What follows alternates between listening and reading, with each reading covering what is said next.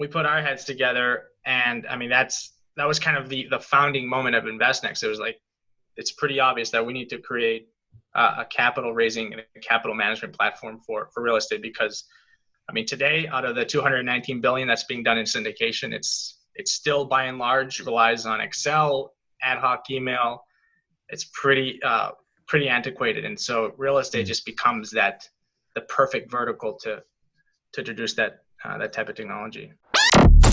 This is the real estate investing experience. We get it.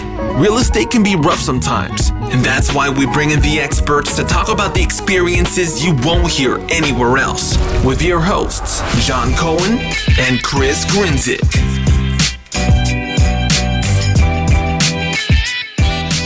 What's going on, guys? Welcome back to another episode of the Real Estate Investing Experience. I'm your host, Chris Grinzik.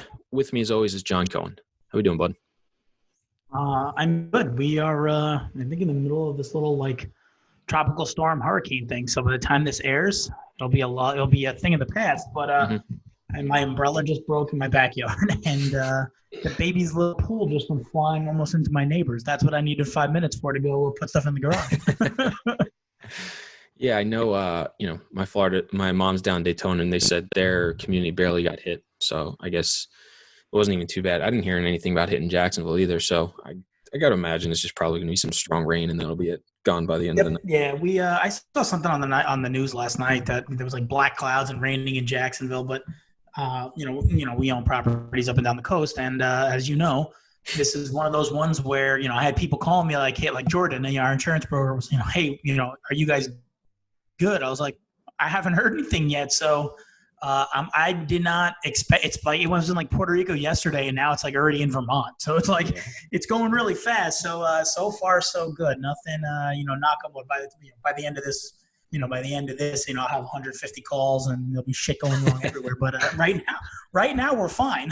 Yeah. No, I don't think it's meant to be that bad compared to some of the other ones. The one that hit Wilmington a few years back. That was a probably totally different story. So that's a conversation for another day. I'm sure that was fun to deal with. But we're going to get into today's episode. Got a really great guest on. I'm going to be interested to hear his story, talk about his platform and what they're offering, because it's, a similar service to that we use. So really interested to hear the idea, how it's been unraveling it, and what they're doing going forward. So that being said, Kevin, thanks for joining us, bud. Yeah, thanks for having me on, guys. Awesome. So you want to take a few minutes, just tell everybody a little bit about yourself, your background, what you do, and, just who you are. Yeah. So I'm one of the founders at InvestNext, and InvestNext is a real estate syndication platform. So everything from capital raising all the way through the whole life cycle of the syndication, managing investors, reporting to investors, and of course, the back office work of distributing capital and so forth. So that's one of the founding members there. Prior to InvestNext, I actually came from consulting, Microsoft, and just had a background in tech, implementing ERP, implementing different accounting systems and CRMs. But the thing I always point to in my background is my days at Handshake, which is basically, it's a career network for college students. It's basically the LinkedIn for college students. And when I was at Handshake, it was my third year in college, and I was employee number one. There's three founders. We're working out of a dorm room, and we're trying to piece together this software, this platform, and to go out to career services centers at universities like U of M, everything from U of M to Harvard and whatnot, trying to kind of tell them our vision around this. And so ragtag college students showing up, talking to these different schools. They're saying no to us, going back, iterating on the product, just trying to bootstrap this thing to growth. Anyways, long-winded, but fast forward, to today, Handshakes, they have $400 million company out in the Valley, raised first round, moved out from little known school called Michigan Tech, which is in the uppermost part of the state of Michigan. and the Great Lakes. They're out in the valley. But yeah, for me, that was like my first experience at seeing, how you scale an operation, how you grow a company from basically nothing, from an idea. And so that became, for me, that was like the germ of what I wanted to do with the rest of my life. So that's kind of, fast forward to today, that's my push into founding Handshake as a platform. So I'm sorry, InvestNext. I said Handshake, but InvestNext. Awesome. I think that's cool. I definitely want to hop back into that because I'd love to get your insight on seeing something like that scale firsthand. How did you then jump from Handshake into the real estate world and, forming company InvestNext, which is a fairly niche product right now? Yeah. So, it was by serendipity. I met my co-founder, Michael.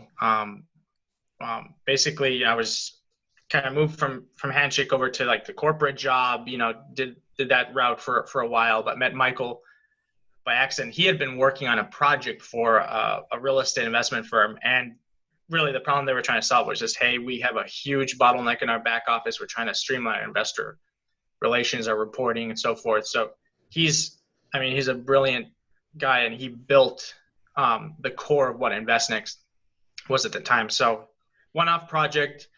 We met, and then he was telling me about what he was building. It's like, and he was telling me like, hey, there's actually other people that are trying to get their hands on this. Again, it was just meant to be a one-off project. And so in my product, mine was like, well, this, what is this a much larger problem to solve in real estate? And so we put our heads together, and that was kind of the founding moment of InvestNext. It was like, it's pretty obvious that we need to create a capital raising and a capital management platform for real estate, because today, out of the 219 billion that's being done in syndication, it's still by and large relies on Excel, ad hoc email. It's pretty antiquated, and so real estate just becomes the perfect vertical to introduce that type of technology. So awesome, I love it. I know it's a topic of conversation that comes up a lot with people in our circle. What software are you using? How are you managing it? How do I make it better? How do I, funnel new leads? How do I turn those leads into actual investors? How do I manage that? So I think it's definitely a need for a lot of people, especially in our world. Before we dive into that, like I said, I want to jump back to seeing that scale a little selfishly, but I think a lot of people will get a ton of value out of it. So can you take me through a little bit of like those early days, how you joined, what your responsibility was, and how it started to evolve from there?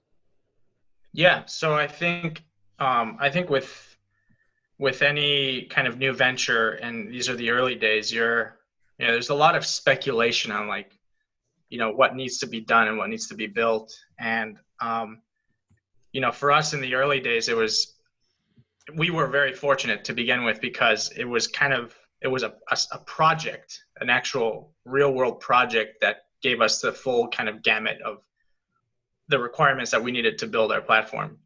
So we're working with a real world customer saying, hey, we're having these problems communicating to our investors, raising capital from our investors. So we kind of had some initial data points, and at least to build that minimum viable product to go to market with. So the early days, it was, literally a team of 2 people. I'm on my side, I'm handling all of the, new customer onboarding, and Michael at the same time is handling the engineering and really building more robustness on the platform. So just really tag teaming 2 people. So responsibilities across the board are shared, and really, it wasn't. So I would be at the beginning, most of your days is spent trying to maintain those customers or those existing operations. For us, new customers weren't necessarily an issue, like trying to capture new customers, because the beauty about real estate is it's a very closely networked space. So our growth initially was very organic. It was, if you're an LP in one deal, you're likely a GP in another, right? So the fact that you had investors on our platform saying, hey, like this is actually great from my standpoint as an investor, I actually would like to, roll this out for my group, for my next syndication. So that was great. It's just being able to handle the expectation, the intake, making sure that when we're working with new customers that we're actually meeting those expectations. So I would say that was the biggest kind of initial kind of growth challenge to meet. And so eventually, obviously, you hire a team, you expand your budgets, and you can do that. But yeah, I guess that's kind of like the ground level of what the initial founding was. Gotcha. And then was there anything that you experienced while you were at the ground level of Handshake? Any lessons that you learned, experiences that you had that helped you navigate starting your own thing with InvestNext? Was there anything that was like, we did this wrong, we did that wrong, or I saw the team do this really well? Was there any good, like, tangible experiences that you had that you were able to carry forward?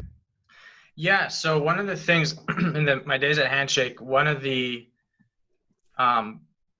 think one of the very sort of relevant and very relatable things I learned there was that, we entered a space, and at Handshake, it's pretty niche as well, right? Because you're creating a service for specifically college students and how you're connecting them to employers, and how that relationship lives between the university career center. So it's a very kind of niche industry. It's, of course, at the same time, it's a very lucrative industry because employers are willing to pay a lot of dollars to acquire the best talent possible out of college. So, but the biggest thing I learned there was that there were already solutions in the space. We weren't the first career services platform out there. There had been career services platforms, decades before. Mm-hmm.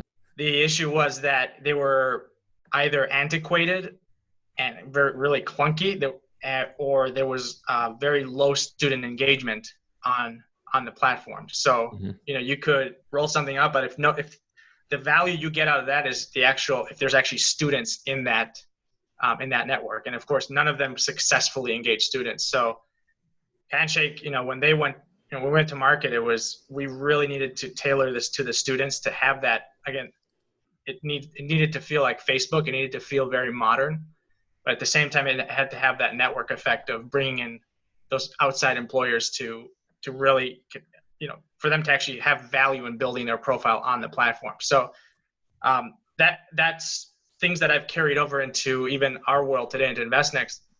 There's a lot of, today I still say, like, our biggest competitor is still like Excel and the standard back office tools, but then there are the tools in the space, which are, I would say, they're kind of the enterprise level stuff.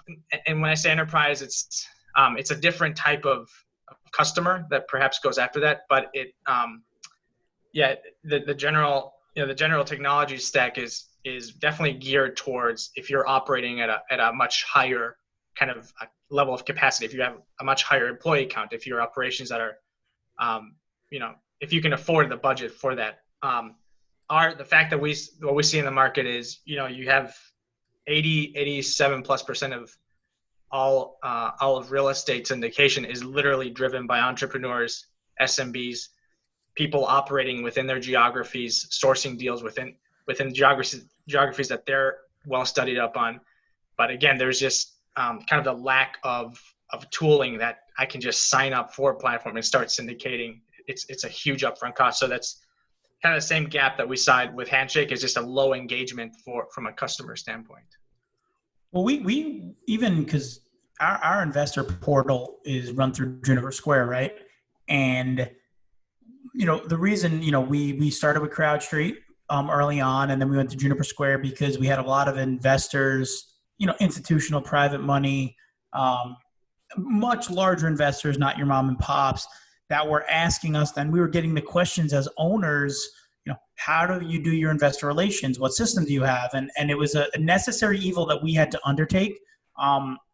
Maybe I like to think I negotiated a little bit better and I got some good terms up front, but I'll tell you that, even our platform, it's probably too robust for us. I mean, Chris, we work on it and we try and implement it to the best that we can. And there's so many features that we don't even scratch the surface of. And it's a question that, we look at all the time, what can we do? We don't need this level of detail per se, but at the same time, how do you guys, and I was on your website before the podcast and I was checking it out. How do you guys I don't want to say sell what you do better, worse, equal, but where do you see yourself fitting in this space long-term currently? And, what's the vision? Yeah. So, the current model of how people buy solutions and like software, it's very different from what has historically been done. And when you think about like the enterprise software sale, and it's like, okay, well, we're signing a multi-year contract with this company, or just like this is just an upfront commitment where we probably have to engage with more resources. Frankly, that's not how SMBs and entrepreneurs buy software. And the best example, literally just go to HubSpot, go to QuickBooks, go to any of those tools that are built for scaling on entrepreneurial firms. People buy according to what they need at the moment. And then of course they're upgrading as they go, right? So I can give you an example in the world of engineering and development. Today, the beauty of it is anybody that has any sort of knowledge of development, of any sort of engineering background, they can say, hey, I'm going to sign up for my AWS, like Amazon Web Services. I'm going to spin up all of the tools I need there to actually start developing an app, right? And it's literally cents on the dollar. Amazon's bet is like, look, if one of these like really small groups makes it big, they're going to be a Lyft, right? They're going to be Lyft pays however many billions of dollars in revenue share with Amazon today. So it's like you're opening up a service at the most granular level, right? And again, that's the model that you think of again with any of these other services companies, accounting firms, accounting software like QuickBooks, same thing. If any one of these even lands becomes a major customer, they become an enterprise customer deal. So anyways, that does not, that's very different in our world, in the world of real estate. There's really nothing that exists in that model. There's a lot of like adjacent services like property management softwares. I think the newcomers in this space are moving towards that model where you can sign up again as you need for property management solutions or solutions, right? You can sign up for it, you can start using it. So the key point around this is that our vision around it is you're a first-time capital raiser per se. The only thing you really need at that point is a tool that can help you raise capital. And if you're successfully raised capital, the next question you're going to ask yourself is, okay, I'm actually going to need a back office or an investment suite to manage, again, all of my reporting. Again, you sign up for that module as needed. Where we're headed with all of this is really what we call a platform as a service. So the idea is that sign up for your first module, call it the fundraising suite, sign up for, as you're growing, you're going to sign up for your back office module. And then eventually you're saying, you know what, I'd like to sign up for a fully integrated solution where I have all of my fund accounting, all of my investor reporting, it's all done on my behalf. I just pay the service to do it for me. So you have the software layer on top where you can log in, view your dashboard. And of course, in the background, you're going to have the integrated services, everything from literally spinning up legal docs as you're getting ready to syndicate a deal, all the way to perhaps tax season when you're ready to generate K1s, you have an on-demand accountant which can generate those K1s and show those on your behalf. So that's the model we see in this space. And I think that's what's really working well. We've already piloted that with a number of our groups. And again, you don't have to look very far in adjacent industries. Like I'll give you an example. You look at, have you guys heard of like Gusto, their HR solution? Yep. Gusto went to market with, back in the day, you used to buy like an ADP, perhaps like an HR software tool, right? And then when you bought that, you had to have an HR, you had to literally have personnel in your company managing the entire HR infrastructure, employee benefits, and so forth. Well, Gusto builds a tool. They go to market with this software package, but in the background, they provide all of the HR support. All of the benefits, plans, and so forth, right? So they're a platform as a service. So they help small businesses scale their entire, people management. So it's the same kind of take that parallel and really look at real estate. Syndication has a lot of moving parts from legal to accounting. And so you build the software piece and you have the full breadth of the kind of the operation being managed outsourced if you want to move in that direction. So that's what we think is really powerful in this space. No, it makes sense. I think it's interesting comparing it to Gusto and the HR, and it sounds like you want to do a similar thing for the accounting side. However, for us, we don't need a person in our office that handles all the accounting, which sounds slightly different to that HR person. How do you then see that as a service and justifying it to someone of, hey, instead of your traditional accountant, we can handle your tax prep for you. I don't know if you'll do other accounting services during the year. How does that then tie into all the services? Yeah, so we certainly don't get in the way of any current relationship. So the idea, what we're trying to do is create a collaboration platform. So if you are working with existing legal counsel, existing CPAs and so forth, they have access into the system to collaborate. So we help those who already have that kind of established already. From the other end of things, they can also access our kind of our marketplace of services if they wanted to include that as part of their package. So it's meant to be flexible. At the end of the day, it is a collaboration tool where you can still invite external stakeholders, collaborate on docs, and then get those up on the platform for capital raising. Gotcha. Makes sense. As you guys were early on in this idea, I'm sure you guys had a lot of conversations with different people raising capital, syndicators, funds, whoever.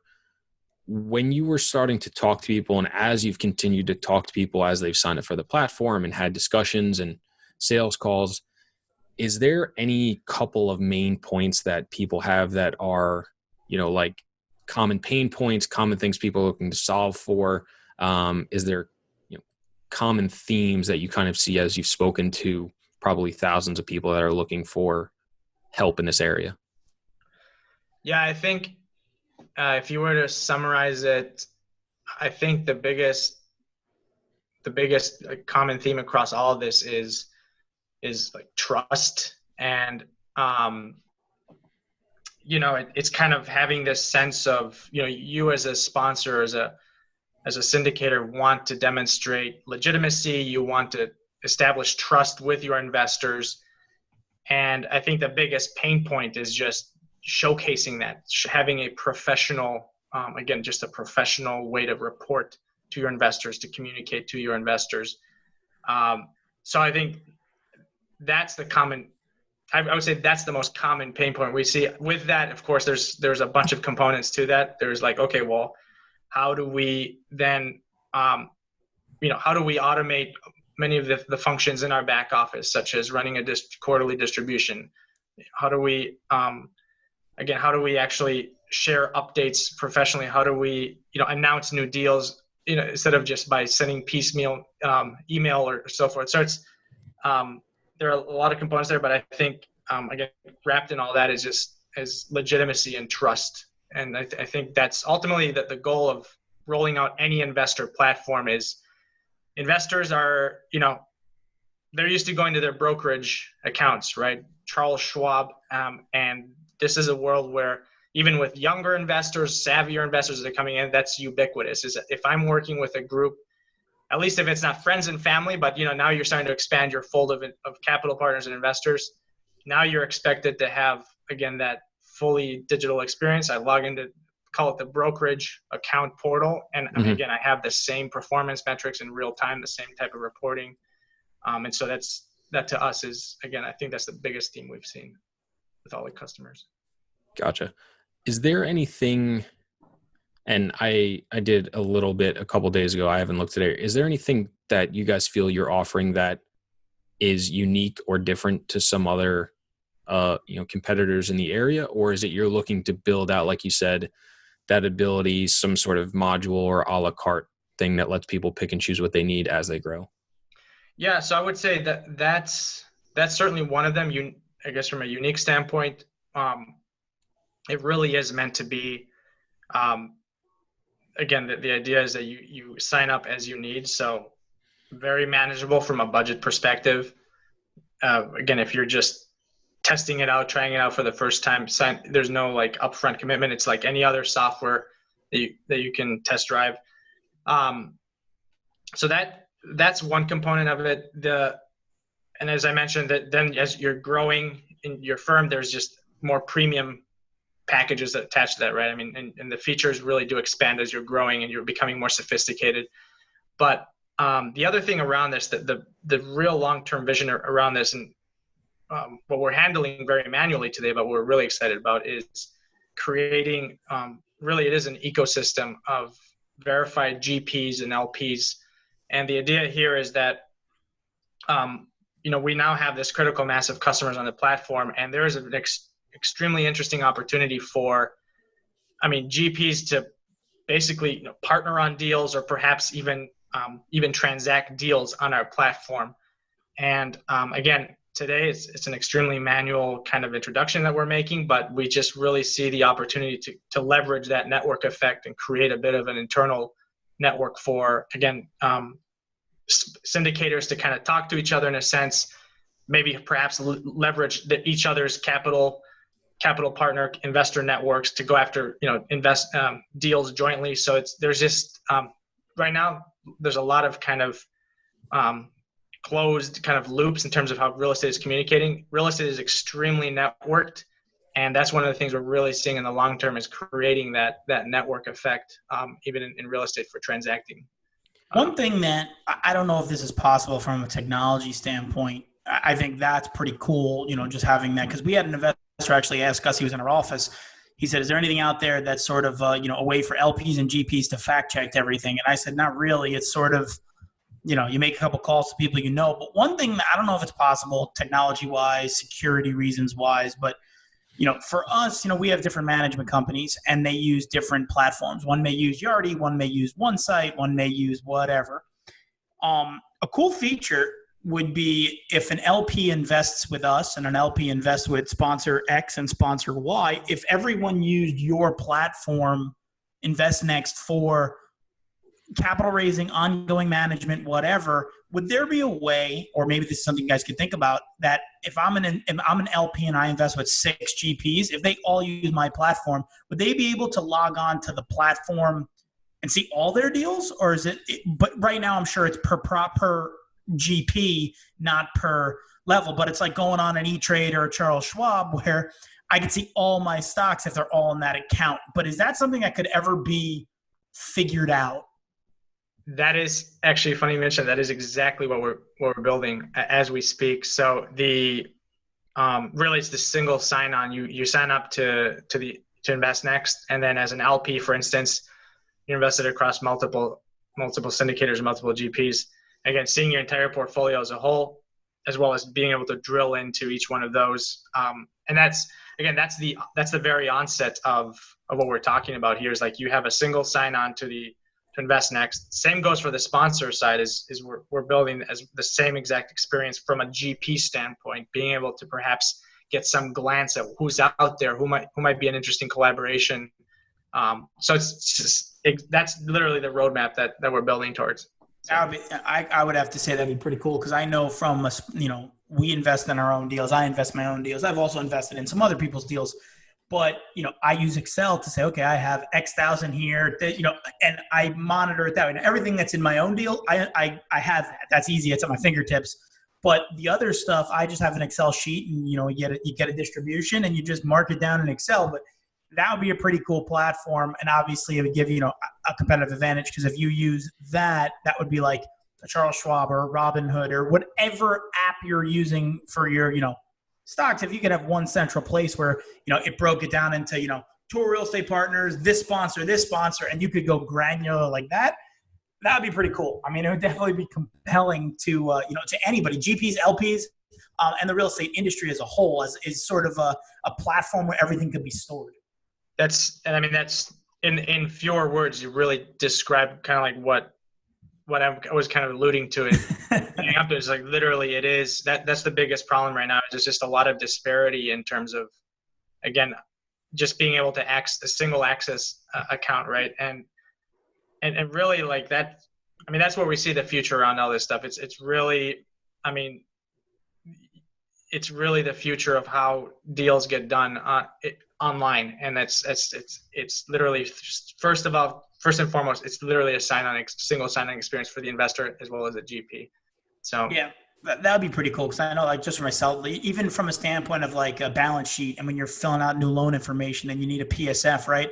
as a sponsor, you're filling that stuff out all the time. But as an LP, if you go out and you're doing your own deal, we have LPs that reach out to us and say, hey, what's the loan balance? What's this? And it's all sort of updated on our platform.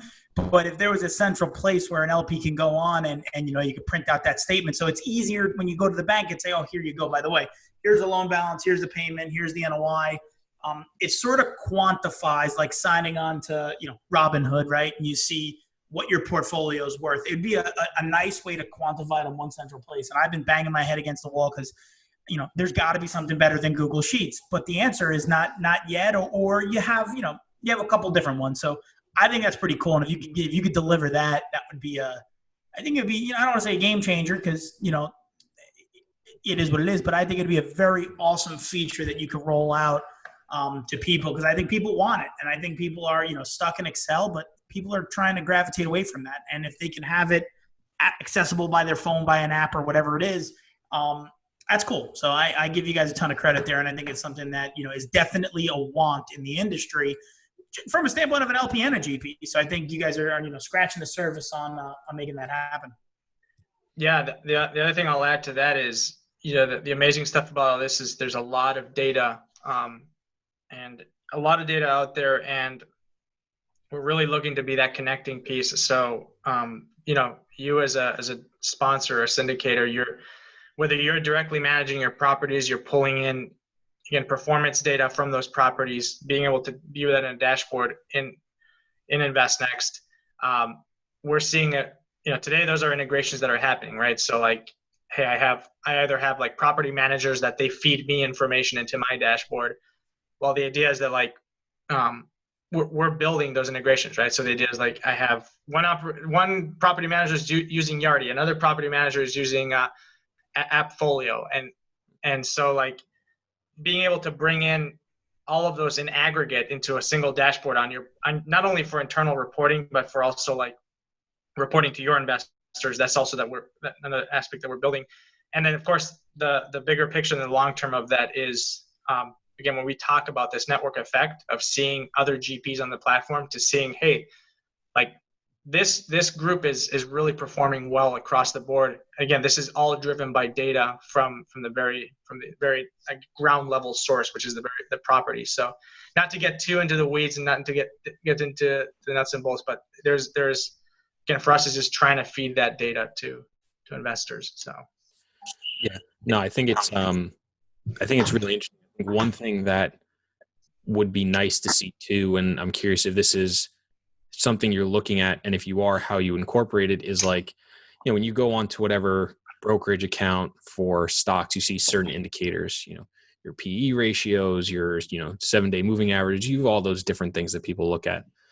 Is there any expectation to have some type of like quick fact sheet for deals that people can look at, like, current operational cap rate, current balance of the loan, current loan to purchase or loan to cost, current, capital spent, or anything like that?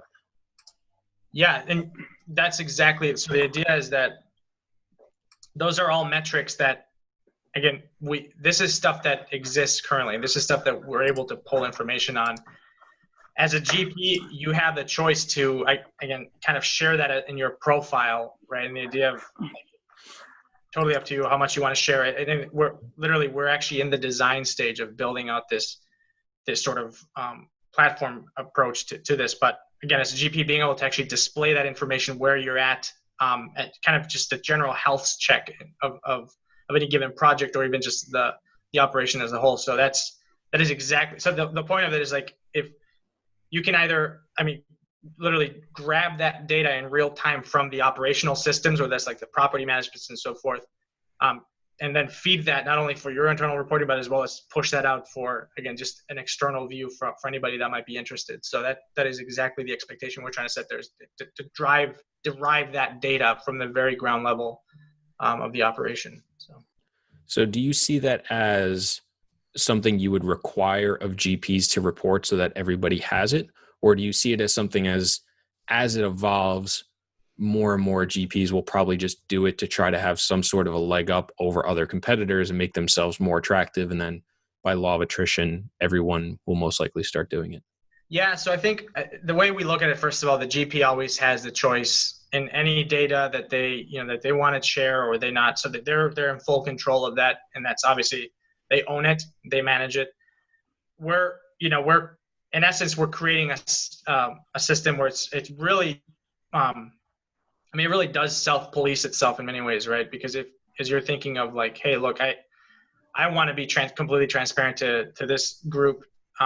It gives me legitimacy. And of course, gives me the ability to to showcase our operation, how we're working. So I think at the end of the day, it's up to the GP. Always an option to present that or not. But again, just I think we're in the age of information sharing and information cross pollination. And I think people, especially as you're thinking of like the modern paradigm of how you do business, I think people are very comfortable with that approach too. So, gotcha. No, I think it's interesting because I think I got to imagine one of the larger problems as a passive investor, an LP, especially someone who has less hands-on experience like myself or John, being able to look at a deal and look at the reporting and understand everything that's going on is probably incredibly tough to do, or maybe even impossible, and also probably very time consuming as well, because the style of reporting from one person to another is vastly different. What one person focuses on is going to be very different to another. I've never seen any sort of same key metric reporting every single time of like, hey, here's the basis, like a go or like a cheat sheet or anything like that. So I think that's very interesting. Do you feel that there's going to be any friction from people that are operators or whatever for not wanting to come onto a platform like that? Or do you think that ultimately it's what the investors and the clients are going to want, so it's going to be kind of driven from the LPs to the GPs? I think for us, LPs are becoming a lot more data hungry, a lot savvier. Mm-hmm.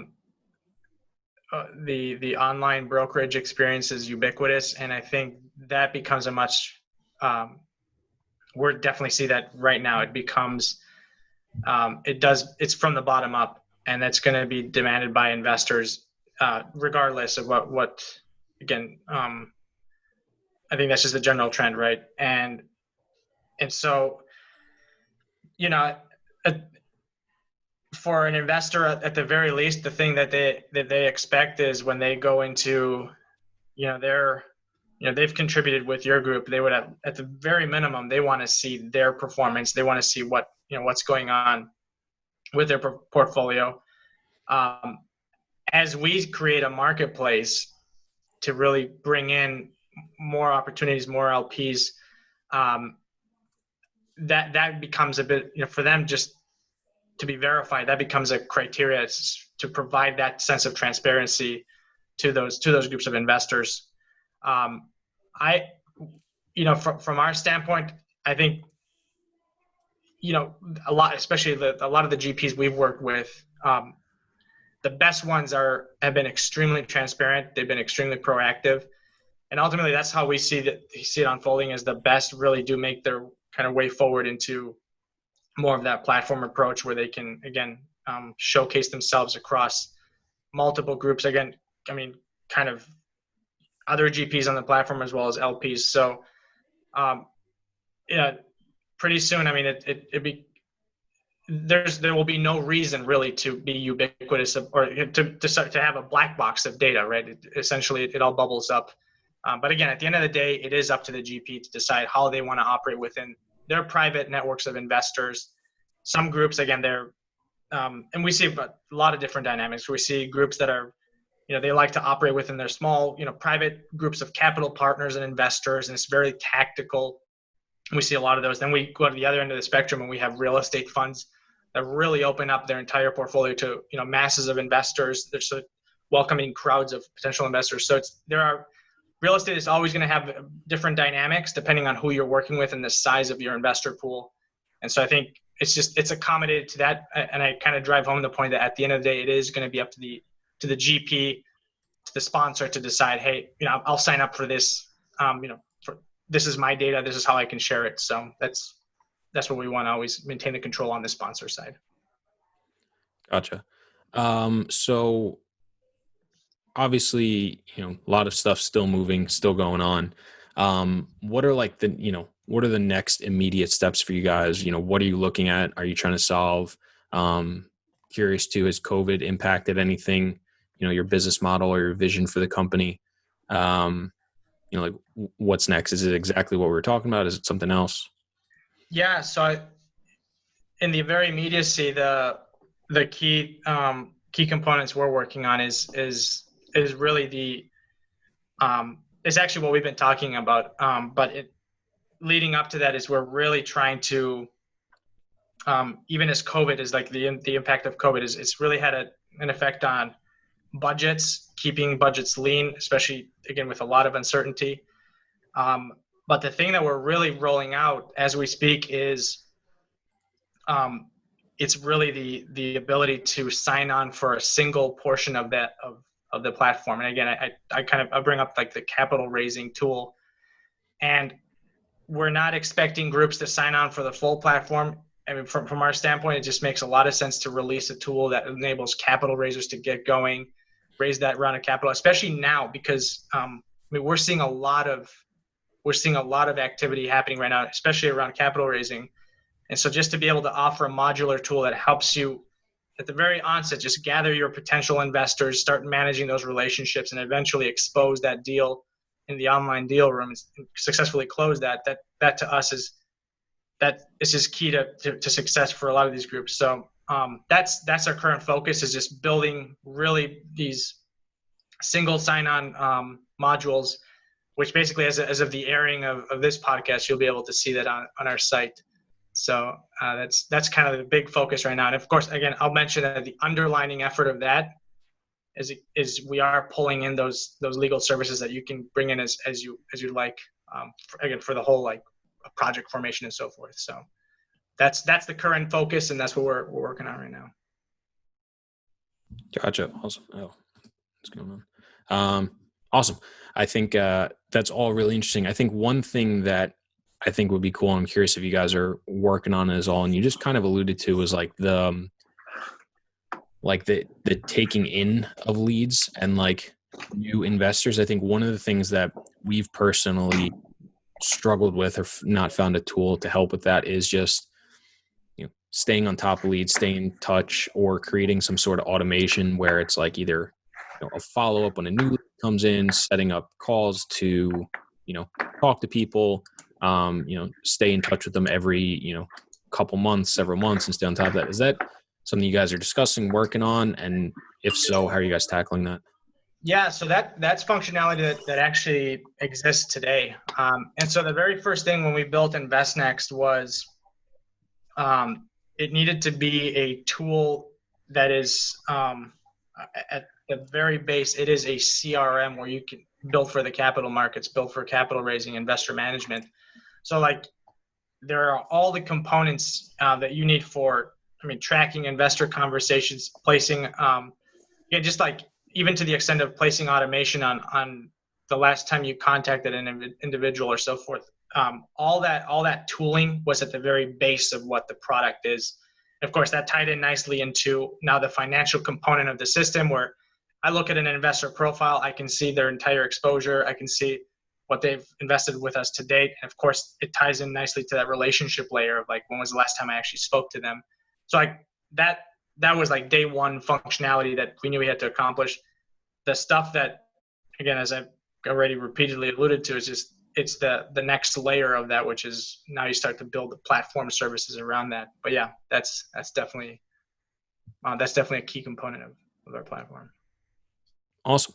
I love it. I think that's an awesome place to wrap up. I think you gave us a ton of information. I think it's a super interesting platform. I think it's going to solve a lot of problems for people. So anybody listening who is a capital raiser or an LP and wants to recommend it to someone they're invested with, definitely go check it out. See if it's something you think would find useful. Kevin, thanks for coming on. Appreciate you breaking down the platform yourself and, helping show some stuff and answer some of our questions. Where can people find out more about you, get in touch with you, learn about the company, stuff like that? Yeah, no. Of course, people can go right onto InvestNext.com. Reach me right on there. You can reach one of our team members if you want to see anything more there. But I mean, even directly, Kevin at InvestNext.com. I'm always talking to people in the space, customer, non-customers. I'm always happy to share information, share kind of my experience, what it's taking to build a company. And then of course, LinkedIn, if you look at me, Kevin Heras, Heras, you can always find my profile there, connect with me. But yeah, always open to chat and always network with people. It's a fantastic, I think we know it, but most of the world doesn't really understand the value of real estate, how closely networked, how much collaboration happens in this space. Mm-hmm. And I just, I'm always trying to connect people, seeing, how potential partnerships can come along. And I think real estate is just the perfect embodiment of that. So feel free to reach out to me anytime. Love it. Beautiful. Awesome. Guys, thank you so much for listening to this episode of the podcast. If you're not already subscribed, please do so. It means the world to John and I. And if you are subscribed, please send it to a friend, family member, colleague, an acquaintance that you think would get a ton of value out of this or other episodes. Kevin, once again, thanks for coming on, bud. This was great. Yeah, thanks for having me on, guys.